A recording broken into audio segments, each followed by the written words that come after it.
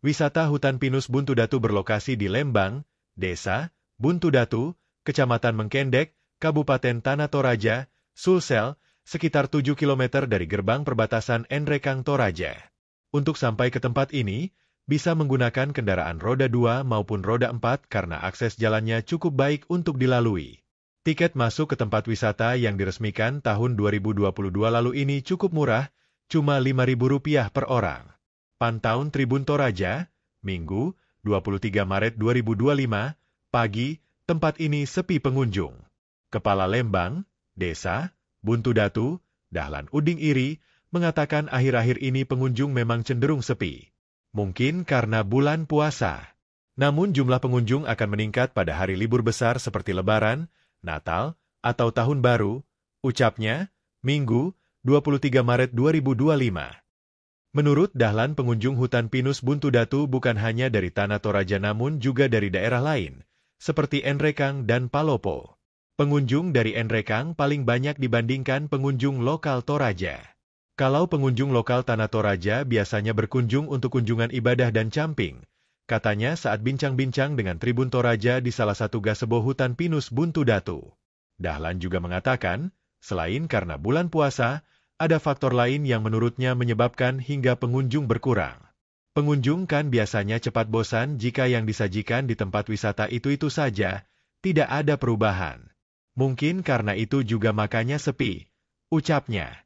Selanjutnya Dahlan mengungkapkan, saat pertama dibuka tahun 2022, Lembang, Desa Buntu Datu melalui wisata hutan Buntu Datu adalah salah satu Lembang, Desa, penghasil PET, pendapatan asli desa, yang tertinggi di Kabupaten Tanah Toraja, namun tahun 2024 ada penurunan. Selama 2 tahun berturut-turut, yaitu tahun 2022 dan 2023, PET Buntu Datu melalui hutan pinus Buntu Datu mencapai 20 juta per tahun. Tahun 2024 hanya 6 juta, ungkapnya.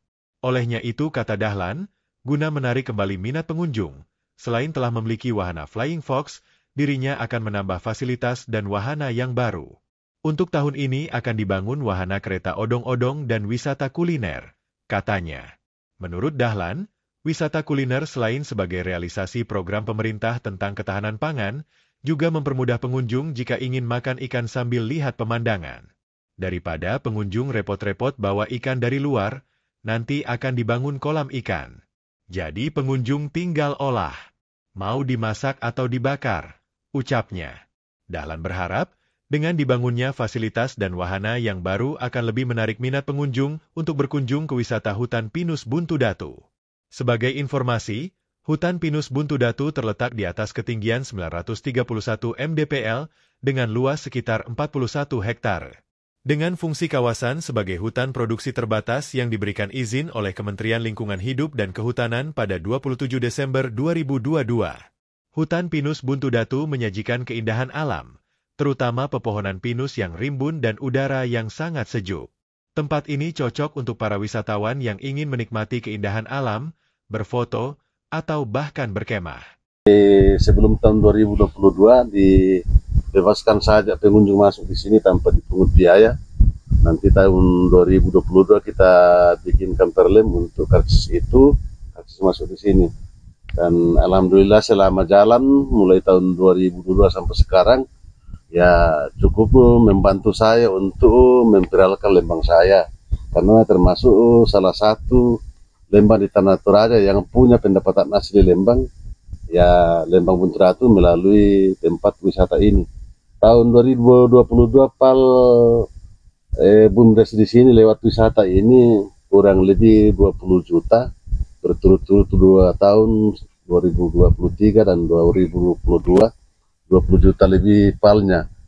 Tetapi tahun ini 2024 agak turun sedikit, dan melalui pal itu yang tidak sama dengan berturut-turut 2 tahun, di situ saya putar otak sehingga saya mau bangun lagi fasilitas-fasilitas dan kebutuhan pengunjung ke depan. Jadi menurut Pak Lembang kira-kira apa yang jadi faktornya pengunjung berkurang tahun kemarin? Kalau faktor pengunjung itu berkurang, kalau dibandingkan dari 22, 23, masuk di 2024 karena rata-rata saya pelajari itu pengunjung itu bosan-bosanan. Jadi kita sebagai pengelola wisata itu senantiasa atau setiap tahunnya itu harus ada perubahan-perubahan di wisata kita itu, karena kalau itu saja kan kita punya keluarga yang suka berwisata itu cepat bosan kalau tidak dirubah-rubah itu apakah wahana kita mau bangun atau apa. Nah, seperti ini saya coba tahun ini saya mau bangun kereta odong-odong dengan budidaya ikan. Mudah-mudahan lewat itu kepedulian atau ketertarikan pengunjung kami yang lalu-lalu bisa bangkit kembali datang di sini. Terima kasih sudah nonton. Jangan lupa like, subscribe, dan share ya.